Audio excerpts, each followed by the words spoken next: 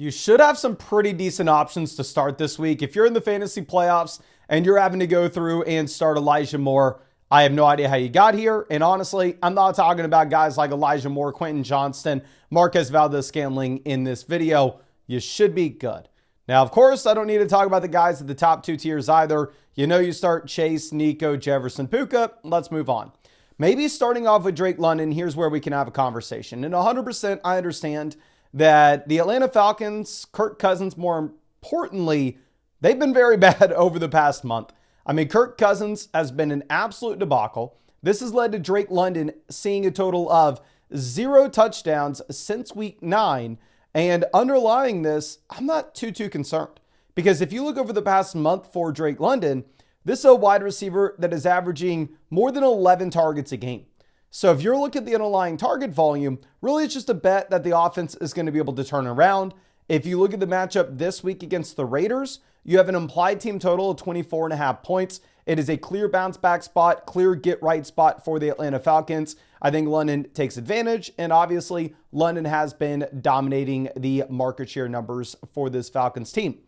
Now going over to Amon-Ra St. Brown, by far and away the most exciting game in the league this week will be the Detroit Lions and Buffalo Bills. It's potentially, just potentially, a Super Bowl preview. And what's most exciting about this is they're not the Kansas City Chiefs. They're not playing good defense and keeping games low scoring and winning it by the skin of their teeth. No, both of these offenses are willing to go out there and just get into absolute shootouts. Right now, the over-under on this game is 55 points. I don't think we have seen a single game this season with a total like this. So this is the week to try to get in as many of your Detroit Lions and Buffalo Bills as you possibly can. And I am very excited. Now going over to CeeDee Lamb, Lamb's going to continue to get there just based off the raw amount of targets that he'll see.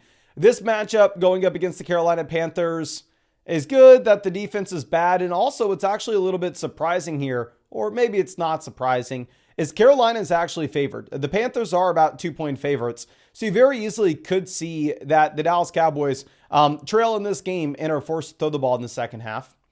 Going over to Mike Evans. Mike Evans this past week does get cucked by Jalen McMillan. I mean, McMillan comes through and absolutely dominates. But I'm not super concerned. You have 82% of the snaps for Mike Evans. And you take a step back and look at the larger sample. Mike Evans is a receiver that has been able to dominate with his touchdown rate through his NFL career. And with no Godwin, I still expect Evans is going to be able to dominate the targets here in Tampa. Very clear spot to play him. The only hesitation is it's a tough matchup against Los Angeles. Now, A.J. Brown will be our next receiver. A.J. Brown's good news, bad news. Good news is the Eagles may actually be forced to throw the ball this week. They get to play a pretty damn good Pittsburgh Steelers team.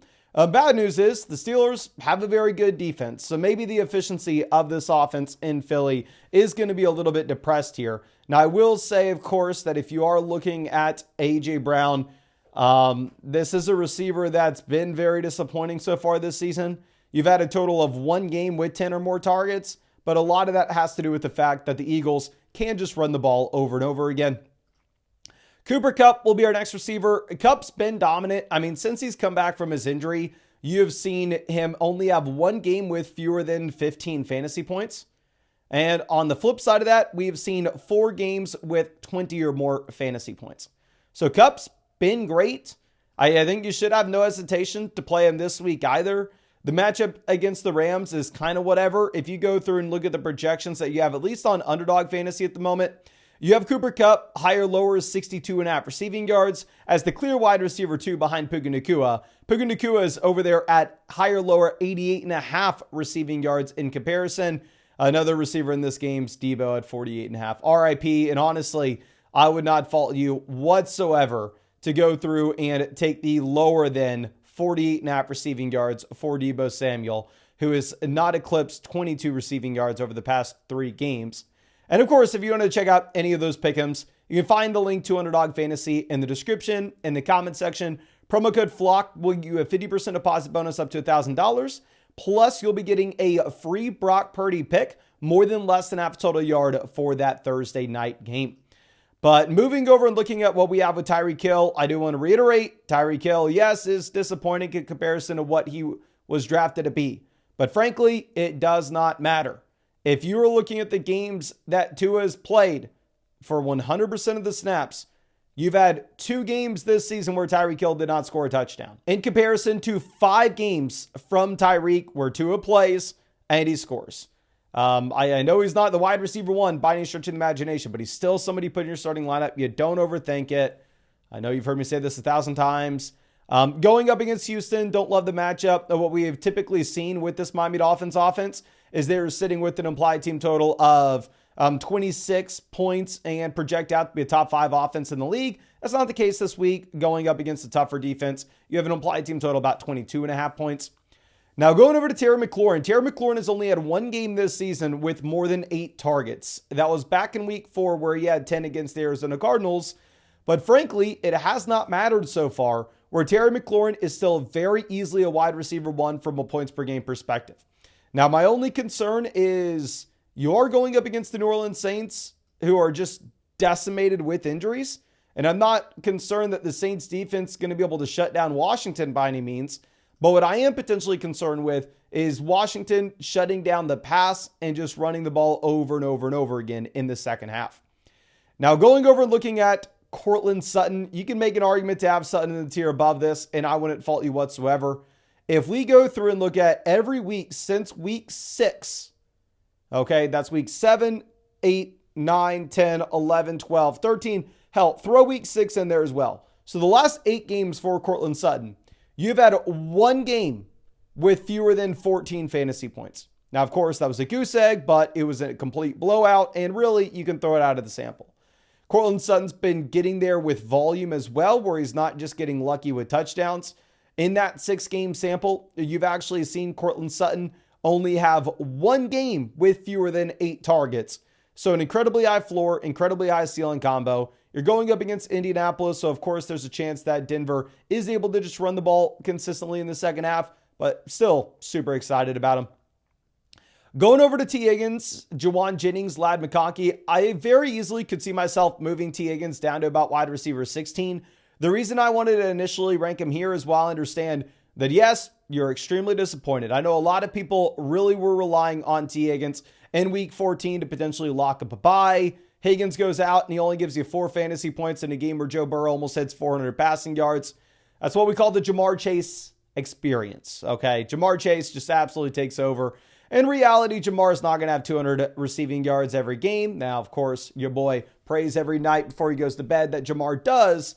But if you take a step backwards and look at the larger sample that we've had from Higgins, Higgins is a receiver that has come pretty damn close to averaging 10 targets a game so far this season. It is the Cincinnati Bengals offense that consistently projects to be near the top of the NFL, and they are this week as well. An implied team total over 26 fantasy points. So completely understand if you want to put Juwan Jennings ahead of him, but I'm more so making this as a statement ranking. I just want to make sure everybody's starting T. Higgins this week. And looking at Juwan Jennings, insane what you've had. Since the Brandon Ayuk injury, since the bye, Juwan Jennings has had 11, 11, 7, 5, and 8 targets. And if you look at those 2 weeks where you had 7 and 5 targets, one of them was a snow game, and the other contest was one in which you did not have Brock Purdy. So Jennings has been super consistent in normal games. Plus, this is a phenomenal matchup going up against the Los Angeles Rams, where you actually just had Josh Allen dropping 6 touchdowns on this Rams defense. So Jennings, 100% looks like an absolute must-start receiver. If Ladd McConkey plays, Ladd will also be an absolute must-start wide receiver. Pretty much the best matchup you could possibly ask for going up against the Tampa Bay Buccaneers. Now, the issue, of course, is Ladd's dealing with a multitude of injuries. You didn't know if he was going to be good to go against the Chiefs. He was a game-time decision, ends up getting ruled out right before the game. But maybe, just maybe, have him being able to put it together now, or at least, obviously, that is the hope, with him being so close to play the Kansas City Chiefs this past week. Now, going over and looking at the combo of Garrett Wilson and Davante Adams, we'll throw Jerry Jeudy in here as well. If you wanted to move Adams ahead of Wilson, I'm not going to fault you whatsoever. Clearly, Davante Adams over the past 3 weeks has been a much better option than Garrett Wilson. I still think both are very intriguing starts because, again, you have a stupid concentrated offense here for the Jets. I think this is one of the many problems that this Jets team has is the fact that they only let 3 players touch the ball. So it's a good matchup as well going up against Jacksonville. Now, of course, you can say, oh, well, Jacksonville doesn't have a great defense. The wide receivers can see a bunch of efficiency. Now, the flip side of it is, oh, okay, well, maybe the Jags can't put points on the board, and the Jets are actually able to run the ball in the second half for the first time in forever. And then mix in Jerry Jeudy in here. Jerry Jeudy gets there with the 17 fantasy points against Pittsburgh. He only had 6 targets. The main concern that you have with Jeudy is twofold. One, it's a tougher matchup going up against the Kansas City Chiefs. And 2, if you get Cedric Tillman back in this offense, very clearly, Cedric Tillman is a top 3 wide receiver in the NFL, and he should take about 50 to 60% of the Cleveland Browns passing volume if he is available. Now, going down to our next tier, we are going to be looking at Mr. Flowers. Zay Flowers has definitely been a lot more consistent over the past 6 weeks with his actual targets. Where if you look at the beginning of the season, you were mixing in some games with 1 target, 2 targets, 4 targets. But then on the flip side, you had, 12 targets, 11 targets, 10 targets, and really up and down with his volume, which was very difficult to project Flowers at the beginning of the year. However, since then, if you're actually looking at the past 6 games he's played, every single game, he's had at least 6 targets. One of these games, he's gone for 12. It's a very good offense. You actually have the Baltimore Ravens projected out as the highest scoring offense in the league this week. Now, the issue that you have with this is they're going up against the Giants. The Giants project to be the lowest scoring offense in the league this week. So there's a very real possibility that this is a 200-yard game for Derrick Henry, and you don't really see any passing volume from Lamar. Now, going over to JSN, while DK Metcalf continues to see more targets, it's impossible to not look at what Jackson Smith-Njigba is doing and not say that he is the clear wide receiver 1. Since week 4, JSN has had 1 game this season with fewer than 10 fantasy points. Over the past 5 weeks, over the past 6 weeks, Jackson Smith-Njigba has led the Seattle Seahawks in fantasy points. This matchup going up against the Green Bay Packers does have the Packers favored by about 3 points. So you're not going to be surprised at all if we get one of those games where Geno has 50 plus dropbacks and is forced to throw the ball a ton in the second half. So I think JSN, a very appealing start. Jacoby Myers, 3 straight games with double-digit targets. If you expand over the past 5 weeks, you've had 4 of the last 5 games with double-digit targets. Everything is concentrated with only 2 players in this offense with the combo of Bowers and Myers.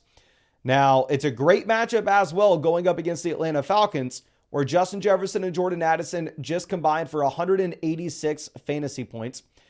However, you're currently on your 3rd quarterback.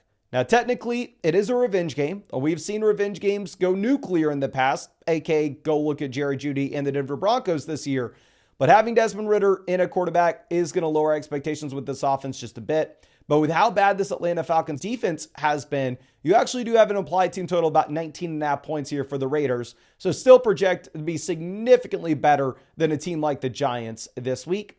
Going over to Jalen Waddle and Jordan Addison. Definitely feels like these receivers very much are up and down. Feels like the ceiling is there while at the same time you have a low floor. Now I have Waddle in the Flock League and I have Jordan Addison as my most drafted wide receiver in Underdog Draft. So I promise you, I'm rooting for these guys. I really hope they pull through in a big time way. Just the targets aren't as guaranteed as what you're going to see with the next 2 receivers, such as Malik Nabers and Brian Thomas Jr., where if you're looking at Nabers and Brian Thomas Jr., just pencil them in right now for 10 plus targets. Like, you know it's coming. Now, the issue with this is they play for the Giants and the Jacksonville Jaguars. Not only do they play for the Giants and the Jacksonville Jaguars, but they are also now dealing with backup quarterbacks. For Malik Nabers in particular, you have an implied team total of 14 points right this second. So the Giants not only project to be the worst offense in the league this week, but they project to be the worst offense in the league this week by a wide margin. And then obviously we have seen Mac Jones just be the absolute train wreck. Going over to Adam Thielen, back-to-back weeks here with double-digit targets. I have Adam Thielen in some pretty important underdog drafts, so I hope that he is able to come through and he is able to replicate what he has done. And good news is this Dallas Cowboys team is dealing with injuries all across the football field, and you've had the improvement with Bryce Young. Now, I still think that Bryce Young is a bad quarterback. Let's get that out there. But you do have an implied team total about 22.5 points this week. So you actually do have sportsbooks telling us that the offense in Carolina will be significantly better than the offenses you should expect for the Giants and the Jacksonville Jaguars at this point. Looking at DJ Moore, you do get the fall from grace this past week. I know everybody was screaming at us in the comment section for ranking him as a low-end wide receiver too. Hopefully you have the same tone this week. I'll say the market share numbers for DJ Moore look very good. You have 3 receivers that touch the ball here, and that's it. Now, again, those 2 other receivers are serious threats. And at the same time, while yes, DJ Moore dominated with the 26 and 23 fantasy points back in weeks 12 and 13, you had Caleb averaging 300 passing yards a game through that 2-week stretch. Do we expect Caleb's going to be averaging 300 passing yards per game going into the future? Nope, I want it. Sportsbooks currently have the Chicago Bears with an implied team total about 18.5 points, which is very similar to what you're looking at with the Jacksonville Jaguars. However, the difference with the Jags is while the offense is also going to be very bad, Brian Thomas has no target competition, where DJ Moore does. Now, the next 2 receivers I have on my team. Now, also my team is a bye, so I don't give a damn what they do this week. But I'm obviously rooting for them a big time way in week 16. DK Metcalf's been an absolute bum. I traded for this dude when he was injured, thinking I was getting a discount, thinking I was going to have a stud for the playoffs. Since coming back from his injury, we have seen 14, 9, 10, and 9 fantasy points. It's been a train wreck. It's been a horrible experience. I regret every second trading for this dude. You're going up against the Green Bay Packers. The Packers, decent defense. Again, like we discussed previously, you very easily could see Geno having 50-plus dropbacks in this game. And Metcalf has had more targets than Jackson Smith and Jigba over the past 2 weeks.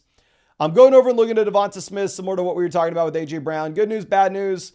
Good news is the Eagles may be forced to throw the ball a bit here. Bad news is it's because they're going up against a good team and a good defense with the Steelers. Looking at Marvin Harrison Jr., Harrison's just been so up and down where you're looking at 1, 2, 3, 4, 5, 6 games this season with double-digit fantasy points. And every single one of those games, he caught a touchdown. You have 1, 2, 3, 4, 5, 6, 7 games this season with single-digit fantasy points. And all 7 games, you had no TD. So Marvin Harrison at this point is the definition of a touchdown or bust receiver that is going to be very difficult to rely upon. Now, our next option with Calvin Ridley, I do want to reiterate, Nick Westbrook-Ikine was a trap, is a trap, has always been a trap. Yes, the dude got lucky with a couple touchdowns through an 8-game stretch. We've seen that every single year in fantasy football. You follow the volume, you follow the large sample, not the unsustainable touchdown rates. Calvin Ridley has had the volume in this offense. Calvin Ridley is the very clear wide receiver 1. Whether you want to look at the usage numbers, whether you want to look at the contract numbers, whether you want to look at what these 2 receivers have done throughout their entire NFL careers. With Calvin Ridley, however, you are stuck in a garbage offense. Now, the only saving grace is you get to go up against the worst defense in the NFL this week. You get to go up against the Cincinnati Bengals. Now, Darnell Mooney will be our next call. Obviously, Darnell Mooney actually does go through and lead the Atlanta Falcons in receiving this past week. But Mooney also has been very inconsistent so far this season, where, I mean, really, this is a receiver that's only had 1 game with double-digit targets, and that was back in week 5, where he had, I believe, like 500 passing yards for Kirk Cousins. Now, dropping down to our next tier, we're going to look at Jayden Reed. Jayden Reed is the wide receiver 18 in total fantasy points so far this season. But again, I want to be chasing volume, not unsustainable efficiency. Jayden Reed has seen 1 game with more than 6 targets so far this season. If you look at the past 2 months, Jayden Reed is averaging fewer than 5 targets a game.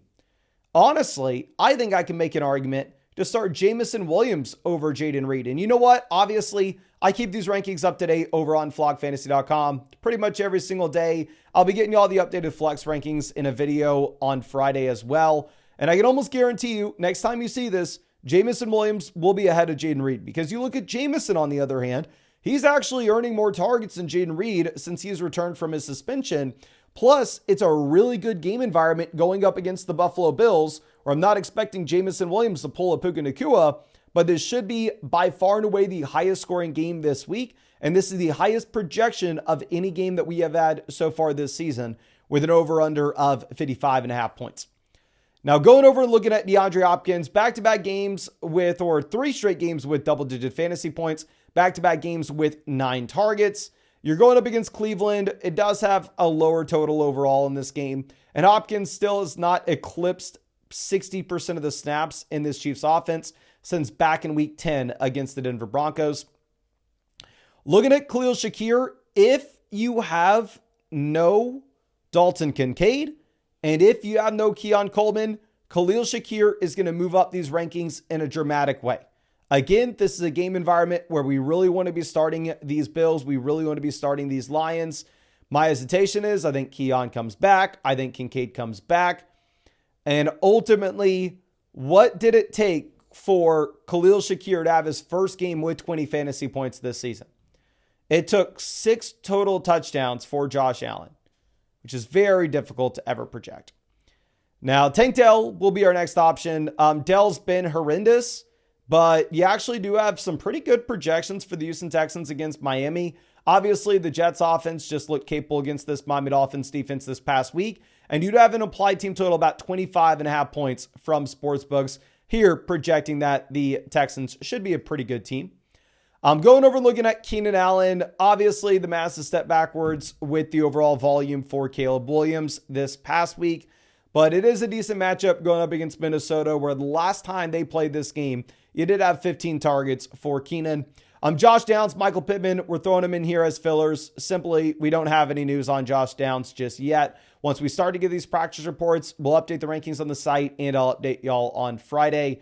And then going down and looking at Rome Odunze and Amari Cooper. Rome, you get the 2 touchdowns this past week, but only 5 targets. And again, I still think that DJ Moore is playing as the wide receiver 1 here.